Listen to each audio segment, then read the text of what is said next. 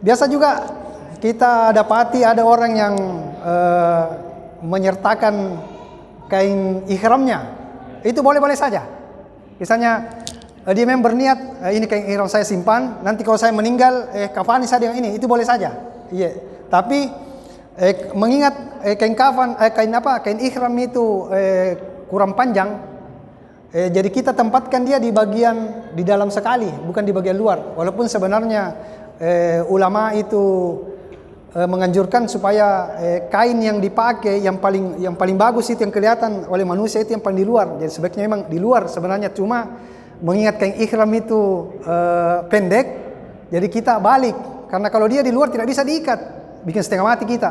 Iya, kalau dipaksakan. Kecuali kalau memang setelah diukur muat bisa untuk diikat, itu kain ihram dia di luar sekali. Iya.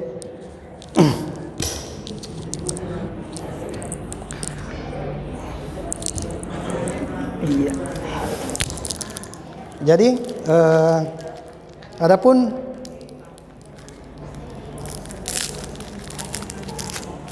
urutan kita buat kain kafannya itu setelah kita jahit ini dan kita ngambil pinggirnya sebagai tali, kita potong tali harfiahnya untuk bagian di luar terpal. Jadi dua pendek bagian kaki dan kepala. Kita sesuaikan saja dengan tali kafan 5 utas. Dia boleh 4, dia boleh 5. Ini tidak ada ketentuan anunya. Iya, karena ini kan pengikat bagian luar. Iya.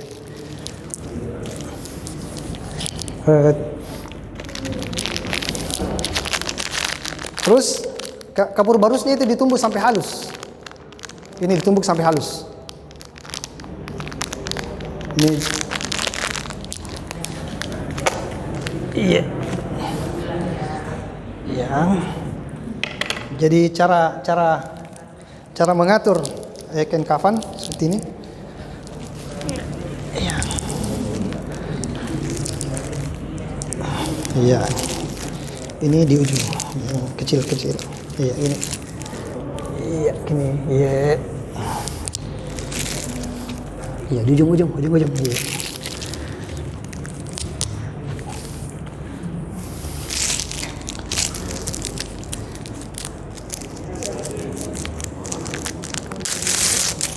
Sekarang agak lebar. Iya. Jadi urutannya tali rafia dulu. Baru terpal, boleh dia terpal plastik, terpal tikar anyaman bisa.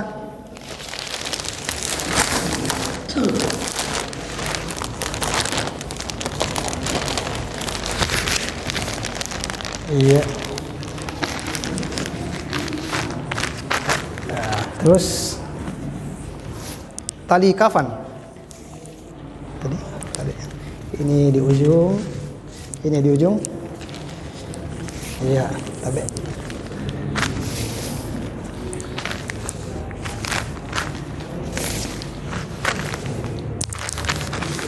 iya. Ya, kemudian kain kafannya. Iya. Kain kafannya. Iya. Jadi jahitannya di dalam. Iya, jahitannya di dalam. Iya. Iya, satu. Ya, yang kedua.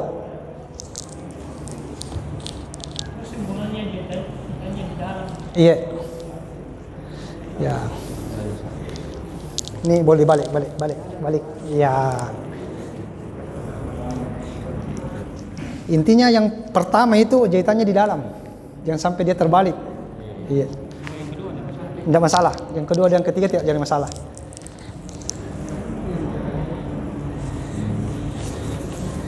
Iya.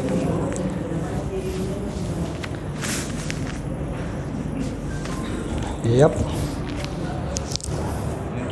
Terus kapas.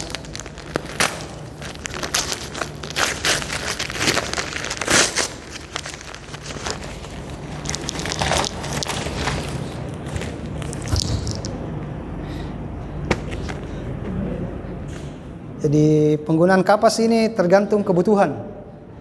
Ya, kalau semisal jenazahnya terdapat banyak luka, maka kita butuhkan lebih banyak lagi kapas. Iya. Jadi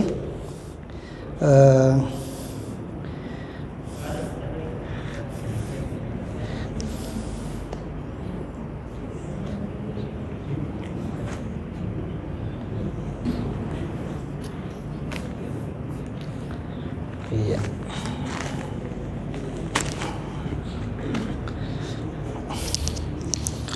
Jadi ini kapas yang pertama itu kita taruh di bagian, kira-kira di bagian mana bagian pantatnya. Iya, ini bagian pantat, dan kita kasih sini bagian kepala. Iya, supaya kentara sebentar. Ini kepala, ini pantat. Iya. Iya.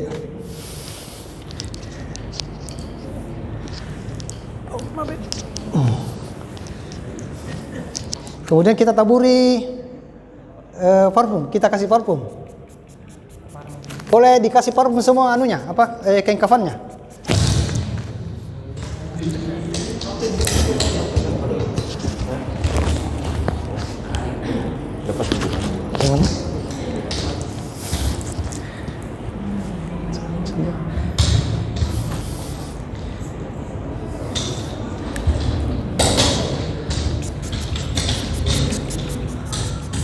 Dan ini boleh ditaburi dengan kapur barus yang kita tumbuk halus tadi, kita taburi sedikit. Sama, tapi iya, tapi ini tahu, kalau kita tumbuh ini kita taburi sedikit bagian khusus di bagian pantat saja, ini bagian iya.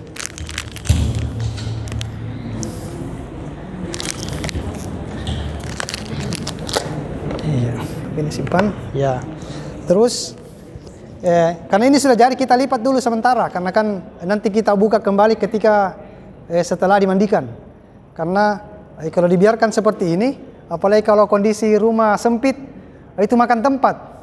Bisa-bisa mungkin orang injak-injak, jadi ini bisa dilipat dulu sementara. Iya, ini lipat, iya lipat. Ini satu-satu, iya. Gini, tabe. Ya, iya. Lipat setengah dulu, Pak. Iya, baru lipat lagi. Ya, ya sama seperti itu. Setengah. Ya.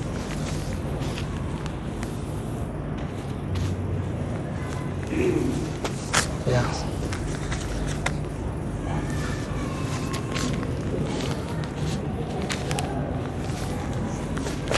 Ya. Ini di iya.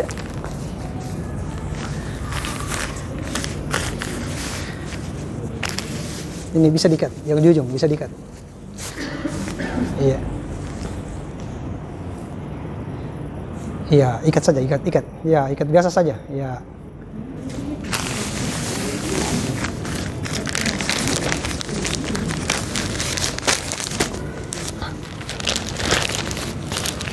Iya.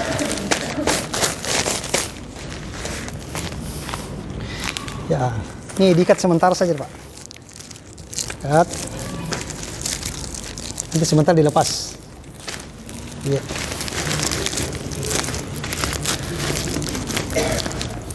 Dan sebaiknya itu bagian kepala seperti ini. Ini kan bagian kepala tadi di sini. Kita,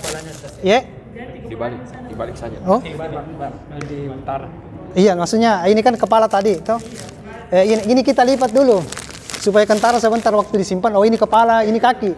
Supaya kan tidak perlu lagi dibuka. Kepalanya mana ini? Di bagaimana tadi? Siapa tahu dia lupa, jadi kita lipat dulu ini supaya memastikan bahwa oh ini bagian kepala. Jadi tidak terlalu repot sebentar. Iya. Nanti sebentar terbalik-balik nanti. Iya, jadi kita bisa lipat dulu. Lipat. Iya. Nah. Terus ini kita singkirkan dulu sementara sampai jenazahnya sudah dimandikan. Iya. Jadi ini disimpan. Sisa kapas itu, iya sisa kapas itu. Ini jadikan nanti sebentar pada saat menutup aurat. Jadi kita sisakan kapasnya untuk aurat. Aurat dengan pada saat dia dimandikan. Jadi sisakan sedikit. Jadi ini diikutkan dengan parfumnya. Jadi ini disingkirkan dulu. Kemudian kita persiapkan alat-alat mandinya. Jadi kita sisihkan kapas untuk pada saat dimandikan. Kapas, kapur barus yang sudah ditumbuk, gunting kukunya, kos tangan karet. Sebagian orang kalau dikasih kos tangan karet tidak mau dia pakai, alasannya dia bilang, kabapakku ji, atau anuku ji. Sebenarnya bukan begitu. Pertama, kita akan membersihkan anggota keluarga kita, dan kita akan bersentuhan dengan aurat yang paling besar. Sedangkan dalam Islam itu dilarang menyentuh aurat seseorang kecuali ada keperluan. Sedangkan dokter saja selama tidak ada kepentingannya untuk menyentuh aurat seseorang itu dilarang. Jadi sebaiknya dia pakai kos tangan. Di samping juga itu, yang di bagian perut itu yang bersinggungan dengan kotoran. Tidak elok rasanya kalau dia pada saat diceboki keluar kotorannya dia tersisa di tangannya. Walaupun mungkin sebentar dibersihkan, cuma masalahnya kurang elok kelihatan kalau kita bersinggungan dengan kotoran kemudian kotor sekali itu tangan. Jadi minimal dia pakai 2 pasang. Dia boleh pakai 2 pasang, satu yang mengarahkan dan satu yang bagian perut yang nanti yang cebok. Ataupun dia semua yang ikut itu pakai kos tangan tidak apa-apa. Tapi minimal itu bagian perut itu dia pakai kos tangan. Atau cuma sepasang yang bagian perut yang nanti pakai kos tangan.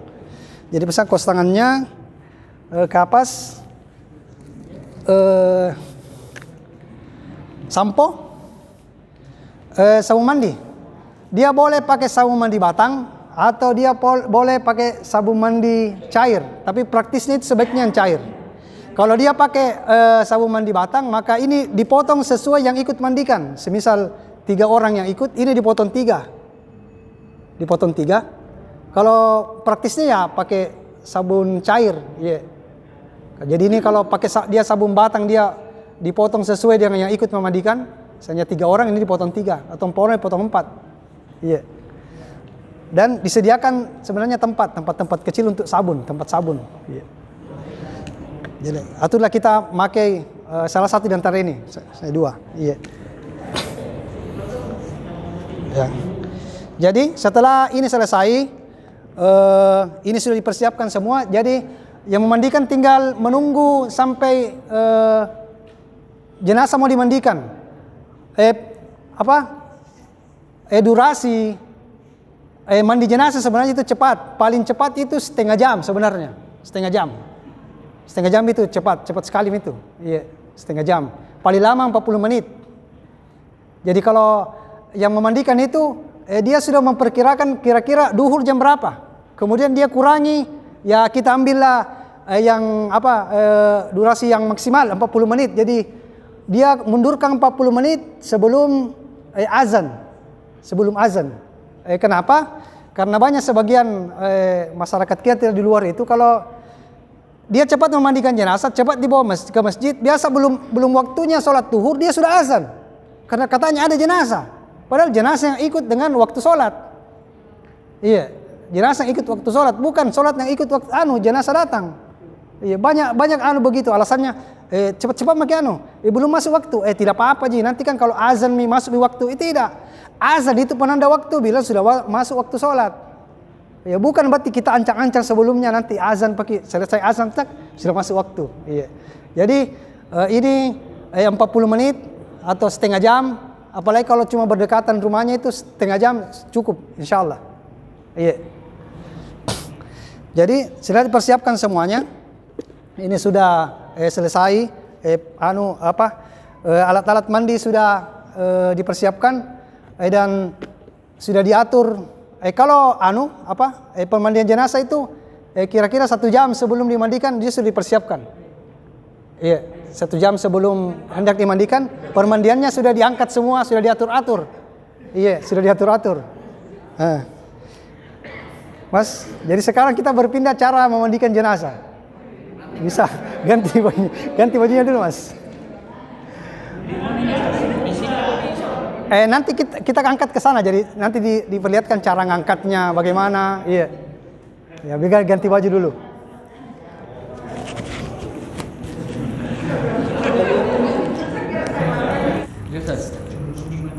Iya.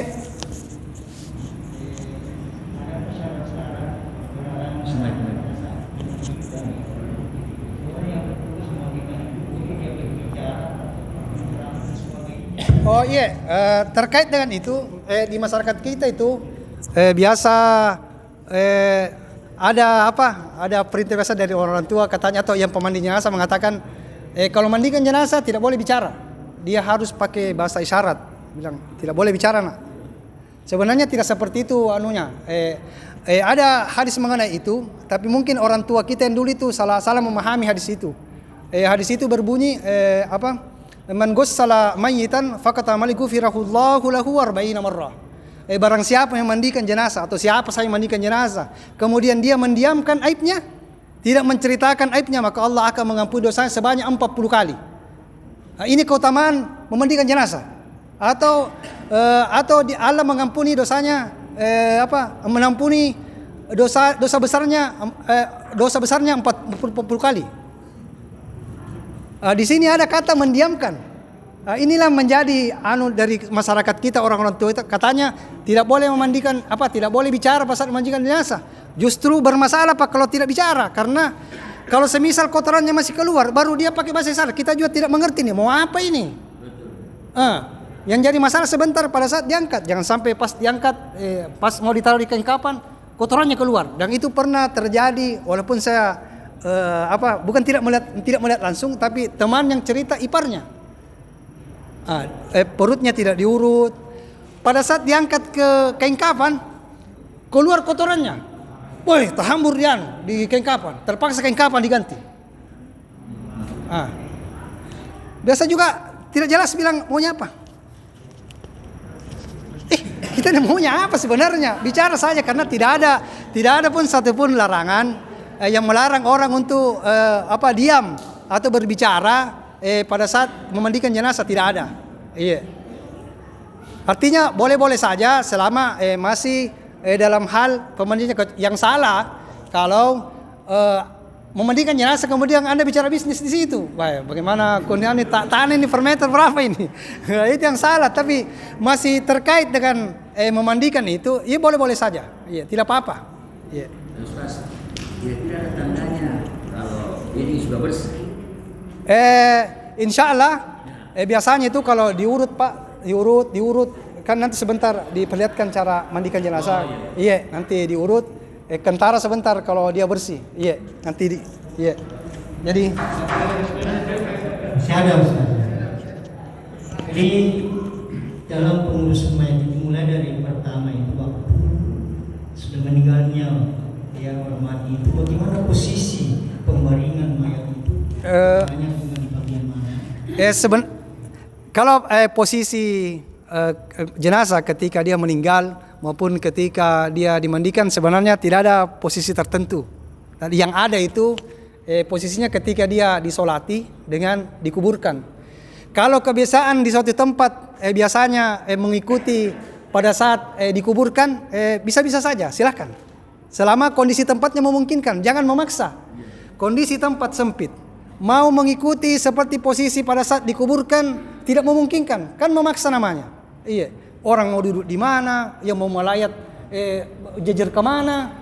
Jadi tidak ada anunya, tidak ada. Kalau posisinya pada saat dimandikan dengan disemayamkan, boleh saja dia ambil posisi lain. Tapi kalau keadaan maksudnya kebiasaan masyarakat situ seperti itu dan kondisinya memungkinkan, silakan, tidak apa-apa. Iya. Dia mengikuti kebiasaan seseorang, mengikuti kebiasaan masyarakat situ selama kondisinya memungkinkan, jangan memaksa. Iya. Kemudian saya diambil apakah ketika tidak dibedalakan atau Ya. Keluarkan rumahnya dari rumah, apakah Itu juga tidak ada ketentuan, tidak ada ketentuan. Tidak ada ketentuan dalam agama kita mesti kalau keluar dari rumah kepalanya dulu atau kakinya dulu, tidak ada. Iya. Iya. Yang mudahnya saja. Iya. itu juga pada saat dimandikan, apakah kepalanya tinggal di bagian sakinya di bagian mana? Pada saat dimandikan harus disesuaikan dengan kondisi keadaan. Iya, disesuaikan dengan kondisi di tempat itu. Tidak ada ketentuan mesti menghadap. Itulah saya katakan tadi, kalau memang kondisinya memungkinkan untuk yang menjadi kebiasaan di tempat itu, misalnya dia kepalanya di utara, kaki di selatan, dan tempatnya memungkinkan, silakan, tidak apa-apa. Tapi tidak ada ketentuan yang mengatakan kalau posisinya lain dari itu tidak sah mandinya, tidak.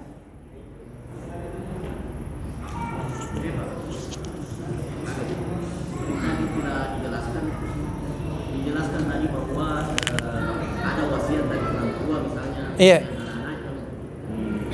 Dimandikan. Kemudian kalau sang wasiat ini adalah laki-laki yang meninggal, anaknya jelas yang memandikan juga laki-laki. Iya. Namun di sini kan ada beberapa, ada di kepala, ada di tengah, Iya. ada di kaki. Iya. Saya biasa menyaksikan juga bahwa tata laksana pembagian jenazah, yang mana orang yang paling tertua, yang mana yang di tengah, yang mana yang di kaki. Kemudian ada juga yang biasa menggunakan dengan pahanya langsung, Pak. Oh iya. Bukan dengan Permandian seperti ini. bukan dengan pisang gitu loh. Iya. Mohon penjelasannya. Terkait mengenai dimandikan dengan cara dipangku, sebenarnya boleh-boleh saja, Pak, kalau semisal pemandian seperti ini tidak ada. Yang kedua, sebenarnya kurang efektif yang dipangku. Ya, kurang efektif. Pertama, karena kondisi di rumah itu tidak dipersiapkan untuk orang dimandikan dengan cara seperti itu, karena lantai biasa rata-rata rata. Sedangkan kita tahu air itu dari tempat yang tinggi ke tempat yang rendah. Biasa kalau pada saat dimandikan dengan cara dipangku, biasa air tertinggal. Jadi pada saat air tertinggal, kotoran juga tertinggal. Jadi iya. Oh ya, kalau rumah panggung itu, Pak, biasanya dipersiapkan memang pas di jalan masuk. Pas jalan masuk ada memang itu papannya dia kasih lebar sedikit memang untuk tempat memandikan jenazah di situ. Kalau itu kondisinya beda kalau kita di kota seperti ini. Susah, iya. Susah karena merepotkan nanti jadinya. Merepotkan. Iya. Walaupun sebenarnya boleh saja, tapi sebaiknya kalau permandian stainless seperti ini ada, sebaiknya pakai yang begini karena itu lebih bersih. Tidak ada pun keutamaan kalau di pangku itu pahalanya 2 kali, tidak ada. Ya, misalnya kalau saya pangku bapakku saya dapat pahala 2 kali, tidak ada. Justru kita berdosa karena kalau pada saat dimandikan dia tidak bersih karena kondisinya seperti itu, maksudnya dia pakai kondisi di pangku seperti ini. Iya. Kalau dia di pangku seperti itu kan biasa ada bilang biar yang seperti ini yang pakai stainless, katanya yang mandikan itu tidak boleh angkat. Yang bisa yang mandikan tidak boleh angkat itu kalau kondisinya dia di pangku, karena tidak mungkin dia yang mandi dia yang angkat. Makanya pasti orang lain yang angkat karena posisinya yang ikut mandikan semua pangku. Tapi kalau seperti itu kan dia tidak Iya, jadi kan biasa sampai kau tidak usah angkat, tidak boleh. Yang tidak boleh itu kalau yang dia pangku karena kondisinya memang mungkin tidak memungkinkan untuk mengangkat. Iya. Dan kalaupun semisal tempat mandi seperti tidak ada dan harus dipangku, dia kan biasanya kan dipangku seperti ini. Kemudian di sela-sela kaki sebenarnya diberikan batang pisang yang lebih tinggi daripada paha. Kenapa dikatakan dibuat seperti itu supaya tidak ada bebannya ini paha, Pak. Karena semua itu biasa kalau memandikan jenazah dengan cara dipangku, kemudian jenazah apalagi berat, kemudian dia menekan ini, semua yang ikut mandikan itu biasanya tidak bisa berdiri. Tidak bisa berdiri. Karena apa? Bebannya berat, lama, kemudian posisinya tidak memungkinkan begini. Jadi kalau semisal kita dapatkan keadaan seperti itu, maka batang pisang yang kita pakai itu sekarang kalau di kampung lebih tinggi daripada paha. Jangan sampai dia menekan paha ini. Saya pastikan 100% Anda tidak bisa berdiri sebentar karena bebannya berat. Iya, berat ini. Baru susah Pak, karena itu juga kenapa? Karena pada saat kotoran itu misalnya diurut nanti perutnya kotorannya keluar, itu mengenai semua badan. Iya. Makanya biasa kalau kalau memungkinkan pakai stainless, pakai stainless lah. Iya. Karena pertama lebih bersih. Kedua, kalau ada misalnya kotoran, misalnya tidak diminta-minta, kemudian kotorannya banyak keluar yang jadi cerita sama orang, itu bisa dihindari. Kalau pakai begitu kan tidak kelihatan, langsung terbuang. Iya. Jadi kita lanjut nanti mandikan. Iya.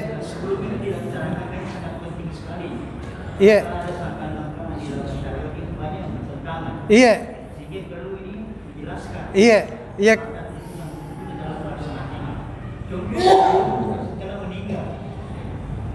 Setelah meninggal biasa beberapa menit setelah itu sebelum dia mandi salah istilahnya. Oh iya. Iya, terkait dengan mandi salah. Iya, terkait dengan mandi salah. Kebiasaan sebagian tempat itu kalau jenazahnya bermalam, biasanya kalau bermalam itu dia mandi salah. Biasanya. Ada juga yang karena sudah jadi kebiasaan, biar tidak ada hajat atau keadaan yang membuat orang itu dimandi salah, dia mandi salah. Sebenarnya tidak seperti itu. Mandi salah itu dibolehkan kalau keadaan semisal keadaannya kotor sekali. Itu pun tidak perlu dimandi seperti mandi biasa, cukup diwaslap seperti bayi. Jadi cukup dibersihkan karena sebentar nanti dia akan dimandi. Iya, tidak perlu sampai ada beberapa tempat itu dia memang mandi seperti mandi biasa. Itu berkonsekuensi kalau menginap biasa jenazah bau. Itu karena itu jenazah persis kondisinya dengan daging. Itu daging kalau dia main-main air sebentar sekali itu mudah berbau. Iya, mudah berbau. Tapi kalau dibiarkan saja seperti itu insya Allah. Iya, jadi cukup semisal mungkin jenazahnya itu dia meninggal semisal di tempat kerjanya dan pekerjaannya mungkin bersinggungan dengan benda-benda yang mudah menempel seperti cat itu cukup bisa langsung dibersihkan dengan minyak, kemudian dilap seperti biasa, nanti baru didiamkan. Iya, tidak perlu sampai dimandikan seperti mandi secara umum. Iya, tidak perlu.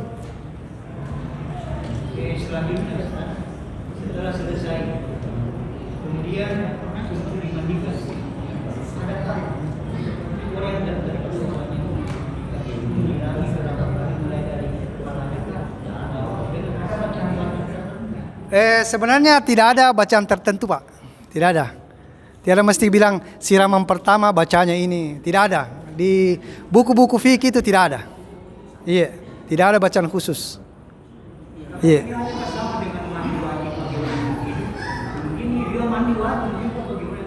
Iya, betul Pak. Iya, mandi wajib dengan mandi jenazah itu persis. Tidak ada bedanya. Mandi wajib pada saat orang hidup dengan memandikan jenazah persis, hampir sama. Hampir sama. Cuma kan kalau mandi jenazah dia sudah tidak bisa mandi, tapi perlakuannya persis sama. Iya. Ya.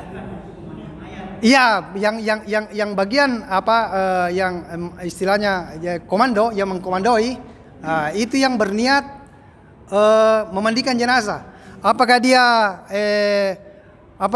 dia lapas niatnya boleh saja. Kalau dia mau meyakinkan bahwa saya mau mandi jenazah, dia boleh saja melafazkan niatnya, walaupun niat itu di dalam hati, tapi dilafazkan itu sebenarnya bukan niat. Tapi boleh saja kalau dia mau melafazkan, tidak apa-apa. Iya. Kemudian pernah saya dengar Ustaz bahwa memandikan mayat harus kenapa? Ya boleh kasar karena mayat itu dia hidup dari mayat itu. Iya, betul Pak. Iya, ya makanya Yang memandikan mayat itu harus ada di komandan. iya, Sampaikan kepada yang bersangkutan yang memandikan. iya. Iya, perlakuan jenazah ketika dia hidup dan ketika dia meninggal itu sama saja. Jadi pada saat dia hidup, dia tidak boleh dikasari, sama seperti pada saat dia meninggal. Kan biasa terjadi di masyarakat kita itu, misalnya orang tuanya lama terbaring, terus biasa beberapa kondisi biasa lututnya sudah tidak bisa bergerak, dia naik begini. Dia tidak boleh diluruskan Pak, tidak boleh diluruskan. Dia dimandikan sesuai dengan kondisinya. Kembali ke awal bilang Rasulullah SAW itu berpesan bahwa mematahkan tulang orang yang meninggal itu sama hukumnya dengan mematahkan pada saat dia hidup. Jadi tidak boleh, jangan karena sudah tulang nih. Tidak boleh, dia diperlakukan seperti itu. Jadi kalau semisal dia kondisinya mungkin lututnya naik begini karena lama terbaring, itu jangan dipaksa Pak sampai diluruskan, tidak boleh. Dibiarkan saya seperti itu. Walaupun ada keluarga yang bertanya, kenapa anunya? Cukup dikasih tahu, bilang itu kondisinya karena dia lama berbaring dan pernah kena misalnya dia patah dulu, dia tidak bisa lurus lagi. Jadi jangan sekali-sekali diluruskan ini dengan paksa. Sampai saya pernah dapat itu, nah luruskan Pak. Bisa, subhanallah, perasaan ini orang bengkok anunya. Itu tidak boleh. Jangan diperlakukan seperti itu. Iya, dia begitu, diperlakukan seperti itu. Jangan diluruskan. Karena itu sama dengan menyakiti jenazah, baik ketika dia masih karena sudah meninggal, ketika dia masih hidup.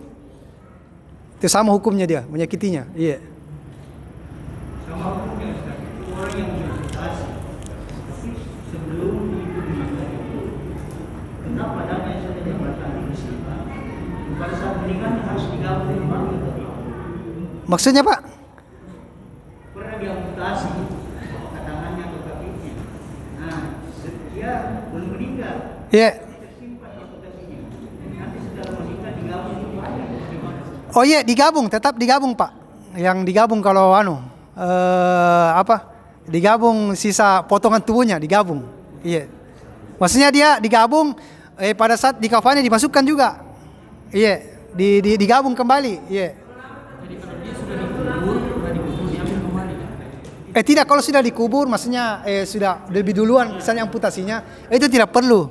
Iya, cukup dikuburkan. Sebagian ulama itu mengatakan dia memang dikuburkan di tempat pemakaman kaum muslimin. Dikuburkan di tempat kaum muslimin. Iya, terus dimakamkan dia walaupun tidak ada ritual khusus, mesti kayak dimandikan juga, dikafani juga, tidak ada. Iya. Kalau dia masih hidup. Dia masih hidup. Iya.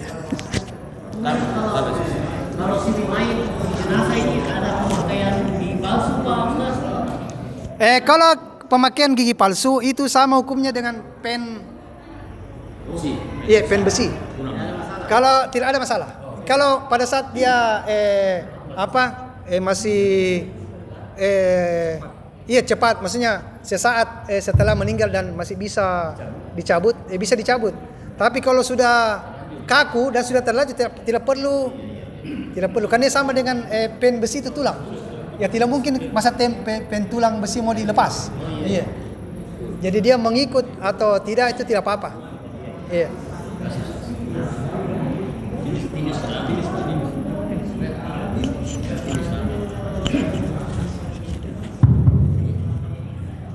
Terima kasih. Yang saya ingin tanyakan ini masalah mandikan rahmat yang Iya. sekarang ini. Ada dua saya lihat caranya orang. Iya. Jadi di kampung-kampung itu sebelum dimandi dicebok dulu. Iya. Ya dia cebok dulu karena dia khawatir jangan sampai ada keluar. Iya. Ada juga sesuai dengan fikih itu saya lihat dipijit-pijit dulu perutnya. Iya. Ya, sekaligus dibersihkan. Iya. Nanti masuk kemandian Iya. baru dibersihkan. Iya. Jadi alasannya yang pertama tadi dia cebok dulu. Katanya sama kita ini orang masih hidup. Iya. Kalau kita sudah keluarkan, artinya sudah istilahnya berak dulu, baru mau mandi pasti cebok dulu. Iya. Jadi dia tidak langsung dicebok dulu. Jadi yang mana yang benar ini? Ini kan yang pertama itu Pak terkait dengan hampir sama dengan mandi salah sebenarnya. Kalau di sebagian kampung yang namanya mandi salah, itu boleh-boleh saja. Artinya kalau ditakutkan apalagi kalau dia lama sakit dan ditakutkan nanti ada kotorannya keluar di pembaringan pada saat sesaat sebelum dia meninggal atau pada saat dia meninggal, dia boleh saja dibersihkan Pak. Iya dicebok bisa, tapi tidak perlu sampai dimandi seperti mandi secara umum. Tidak perlu, cukup dibersihkan yang kotor karena nanti pada saat dimandikan nanti dibersihkan itu dengan cara yang Bapak bilang tadi, diurut. Iya. Jadi cukup dibersihkan secukupnya. Kemudian disemayamkan. Iya. Sambil menunggu penyelenggaraan jenazahnya. Mungkin Iya, mungkin. saya potong bisa Iya. untuk mengefisiensi waktu dari pertanyaan-pertanyaan mungkin masih ada, lebih bagusnya kita praktik dulu. Iya, cara memandikannya. Ya, cara memandikan. Dengan cara nanti mengkafaninya. Ya. Iya. Nanti setelah praktek baru kemudian bisa Iya. healing lagi, bertanya lagi. Ya. Iya, ada yang bertanya, bisa. Mungkin di praktek nanti bisa juga ditanya. Iya. Iya, supaya waktunya efisien. Ya.